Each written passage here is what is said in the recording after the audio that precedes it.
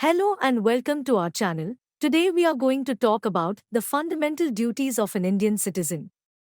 As we all know, these fundamental duties are enshrined in the Indian Constitution and are a set of moral obligations that every citizen of India is expected to fulfill. The fundamental duties were added to the Indian Constitution by the 42nd Amendment in 1976. There are 11 fundamental duties that every citizen must abide by.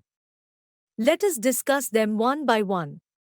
To abide by the Constitution and respect its ideals and institutions, the national flag, and the national anthem. To cherish and follow the noble ideals which inspired our national struggle for freedom. To uphold and protect the sovereignty, unity, and integrity of India. To defend the country and render national service when called upon to do so. To promote harmony and the spirit of common brotherhood amongst all the people of India, transcending religious, linguistic, and regional or sectional diversities.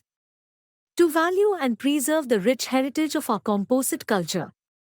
To protect and improve the natural environment, including forests, lakes, rivers, and wildlife, and to have compassion for living creatures. To develop the scientific temper, humanism, and the spirit of inquiry and reform. To safeguard public property and to abjure violence.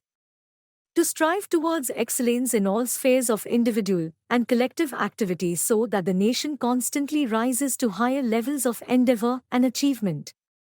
To provide opportunities for education to their child or ward between the age of 6 and 14 years. These fundamental duties are not just a legal obligation but also a moral and ethical one. Every citizen of India should take these duties seriously and try their best to fulfill them to the best of their abilities.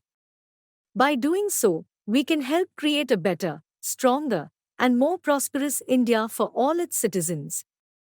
Thank you for watching, and don't forget to subscribe to our channel for more informative videos.